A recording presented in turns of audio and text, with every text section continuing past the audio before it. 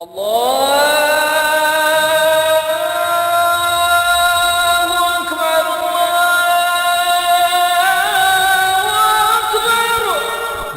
اللہ الرحمن الرحیم۔ السلام علیکم پیارے بھائی اور دوستوں، Islamic education T V channel میں آپ کو خوش آمدید کہتے ہیں۔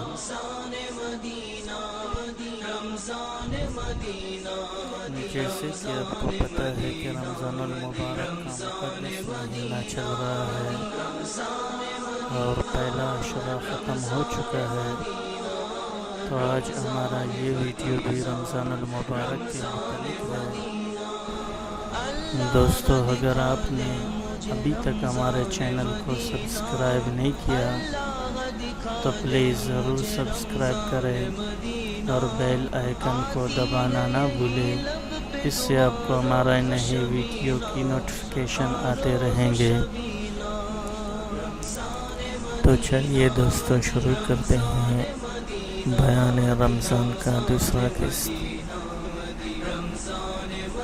میرے بھائی اور دوستوں، آپ لوگوں کو یہ پتہ ہو گیا ہوگا کہ رمضان المبارک کے بارے میں جو مسائل ہم بیان کر رہے ہیں وہ بیشتی زیور سے بیان کر رہے ہیں۔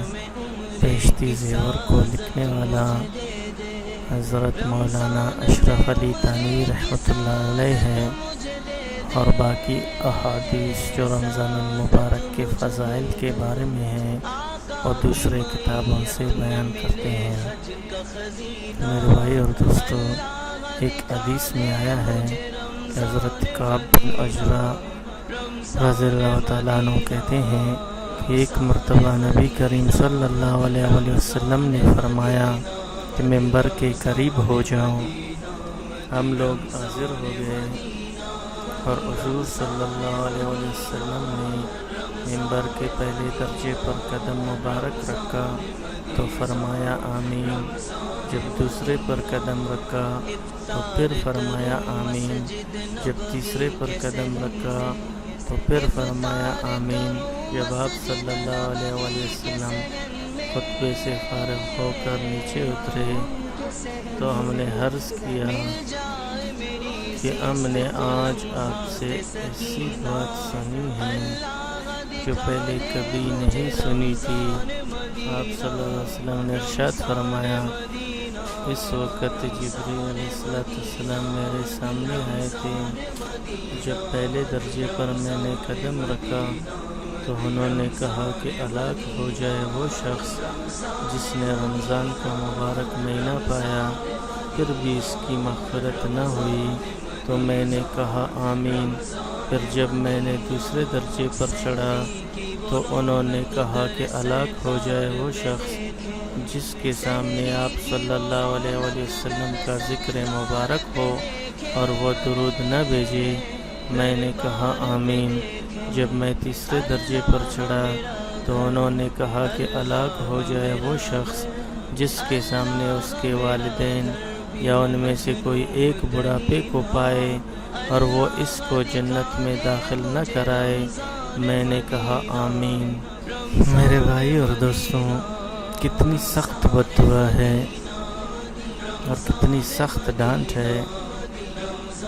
میرے بھائی اور دوستوں، رمضان شریف میں کثرت سے استغفار پڑھتے رہے اور درود شریف پڑھتے رہے اور نوافل کی بھی کثرت کریں۔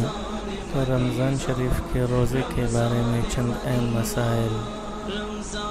رمضان شریف کے روزے کی اگر رات سے نیت کرے تو بھی فرض ادا ہو جاتا ہے، اور اگر رات کو روزہ رکھنے کا ارادہ نہ تھا بلکہ صبح ہو گئی تب بھی یہی خیال رہا کہ میں آج روزہ نہ رکھوں گی، پھر دن چڑھے خیال آیا کہ فرض چھوڑ دینا بری بات ہے، اس لیے اب روزے کی نیت کر لی، تب بھی روزہ ہو گیا۔ لیکن اگر صبح کو کچھ کھا پی چکی ہو تو اب نیت نہیں کر سکتی۔ اگر کچھ کھایا پیا نہ ہو تو دن کو ٹھیک دوپہر سے 1 گھنٹہ پہلے رمضان شریف کے روزے کی نیت کر لینا درست ہے۔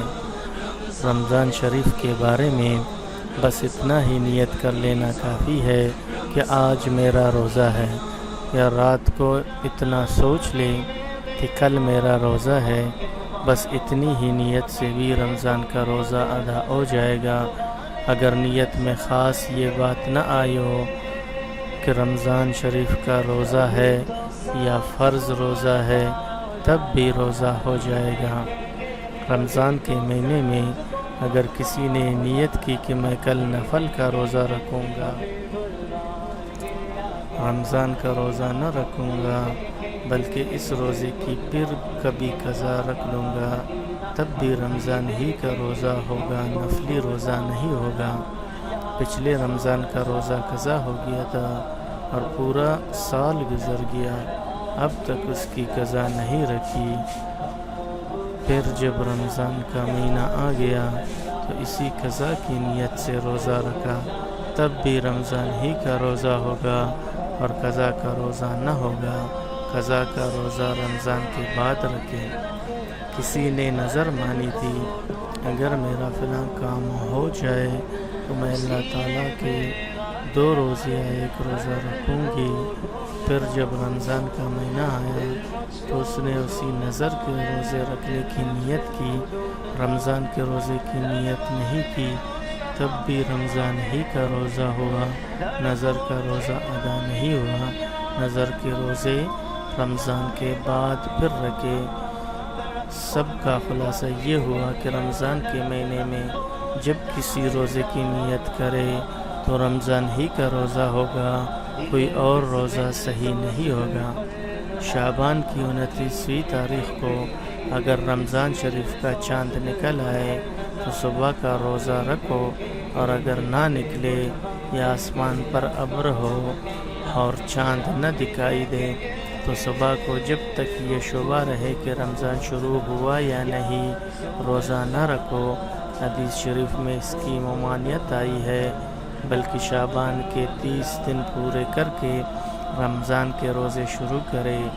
29ویں تاریخ کو ابر کی وجہ سے رمضان شریف کا چاند نہیں دکھائی دیا تو صبح کو نفلی روزہ بھی نہ رکھو۔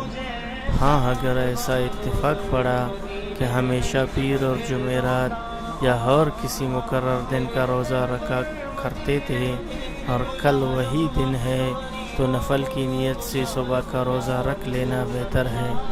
پھر اگر کہیں سے چاند کی خبر آ گئی تو اس نفل روزے سے رمضان کا فرض ادا ہو گیا، اب اس کی قضا نہ رکھیں۔